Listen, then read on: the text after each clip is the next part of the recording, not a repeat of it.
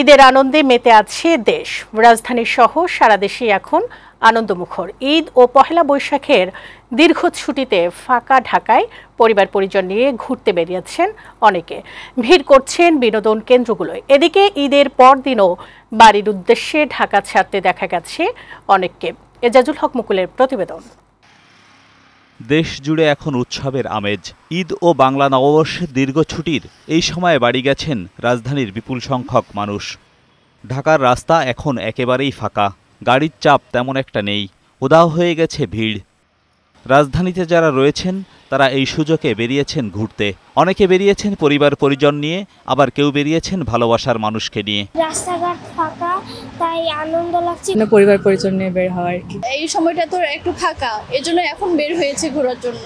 ঈদে যারা ঢাকা ছাড়েননি তারা এখন চিরচেরা যানজটের শহরকে ভুলে গিয়ে ফাঁকা রাস্তায় ঘোরাঘুরির আনন্দ উপভোগ করছেন। এদিকে ঈদের দ্বিতীয় দিনেও ঢাকা ছাড়ছেন ঘরমুখ মানুষ। বাস টার্মিনালগুলোতে খোলা রয়েছে অধিকাংশ বাসের কাউন্টার। যাত্রীরা লাইন ধরে টিকিট সংগ্রহ করছেন, কেউ বা করছেন বসে বাসের অপেক্ষা। তবে ঢাকার বাইরে থেকে যাত্রীদের ফিরে আসার হার অনেক কম লক্ষ্য করা গেছে। এর আগের বছর প্রথমবার ঈদের পরের দিন গেছিলাম, তখন দেখি জ্যাম অনেকটা কম। তো এবার আম্মুকে বললাম তাহলে আমরা ঈদের পরের দিনই যাই। ঈদের আগে জ্যাম থাকে, তো এর জন্য ঈদের পরে যাচ্ছি। ঈদের পরে এখন রাস্তাঘাট ফাঁকা, যার কারণে এখন যাচ্ছি।